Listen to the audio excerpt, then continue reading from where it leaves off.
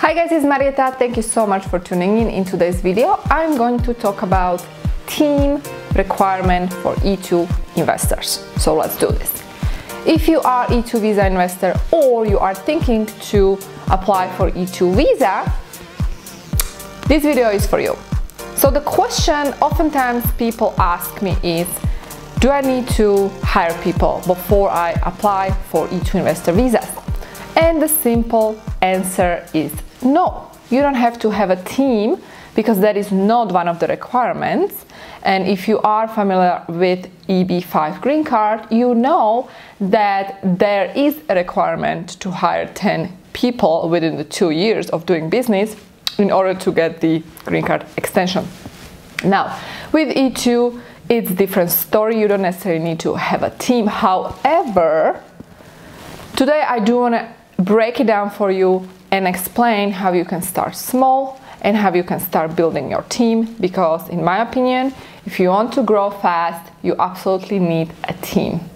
So, tip number one, if you are just starting out as an entrepreneur, immigrant entrepreneur in the United States, and let's say you are already on E2 visa, I highly recommend to outsource your team members. Now, you can outsource them on different platforms such as Upwork, Freelancer, etc. All right, these are platforms where you can actually find freelancers. In other words, people who you can actually outsource to do the actual work for you. And you can find VAs, or you can find personal assistants, executive assistants, you can find marketers, you can find people that you need help with, especially when it comes to marketing and social media management. Or you can find even more qualified professionals, in other words, people who are offering serious, more type of services. Now, that will be the tip number one. Why do I recommend that is that as entrepreneur who is starting out, first you do everything on your own. You do pretty much the entire scope of work. You are wearing different hats, and that is essential in order to get started.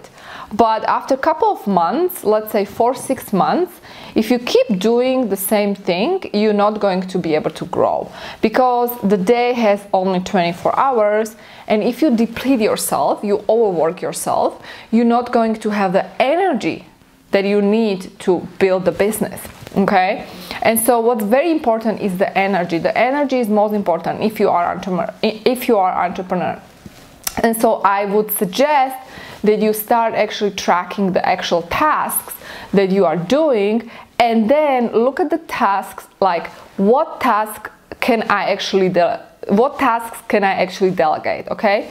And those tasks, delegate. Do not be afraid to delegate, because that's another issue we face as an entrepreneurs, business owners. We want to control everything, but at some point you have to let go and you have to start trusting. Now, I'm not saying hire just random people. Obviously, you have to do the interview process. You have to find the right fit. I'm not saying just do it because, okay, I don't want you to work hard. No, I'm not saying that. But if you keep working 12 hours a day for a period of a year or year and a half, you're gonna be really exhausted. And then what's gonna happen if you are super exhausted? First of all, you might wanna quit because you don't have the necessary energy to keep going. Second of all, if you are that exhausted, you are not able to be creative.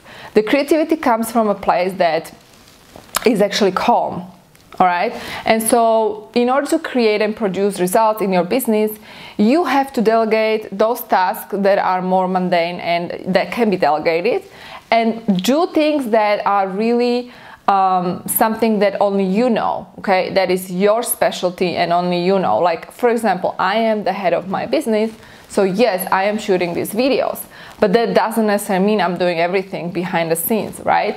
And so for you, pick the tasks that you are the best at, and then the rest delegate. And you can find really affordable freelancers at those platforms that I mentioned. So you don't have to freak out like, oh my God, I don't have the money to pay this high salary, etc. You don't necessarily need to have someone in-house, all right? So that is step number one, or the tip number one, in other words.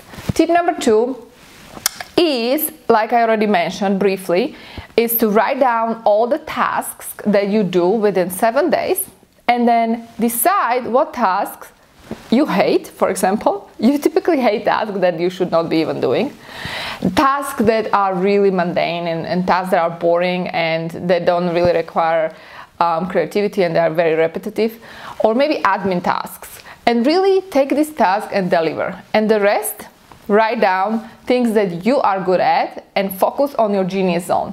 The more you focus on your genius zone, again, let me give you an example. In my case, it's talking.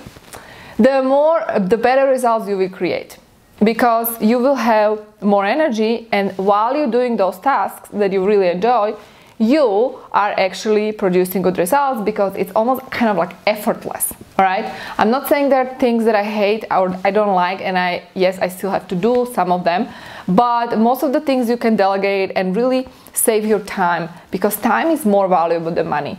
You can make more money, but you cannot get back time.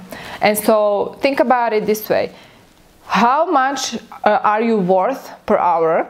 And then if, for example, it's $100, if the task is $10 per hour, delegate it, because you actually end up saving money. Tip number 3: the more you grow, the more you will be able to actually hire people in-house and create internal team. And when you create the internal team, then you will have obviously full-time team members that will help you grow, and that is actually the point when your business starts growing faster and faster. So these are actually 3 tips, and in my opinion very important, because I've been through the process where I had team relatively quickly, but then I had to actually fire some people quickly because I realized these are not right fit people. Then I was not really paying attention during the hiring process, and if you don't pay attention, you just want to quickly finish things, hire people, then it might end up in the long run with a very negative outcome, because you need to find the right fit. And that is also very, very important to keep in mind. Don't rush the process, okay?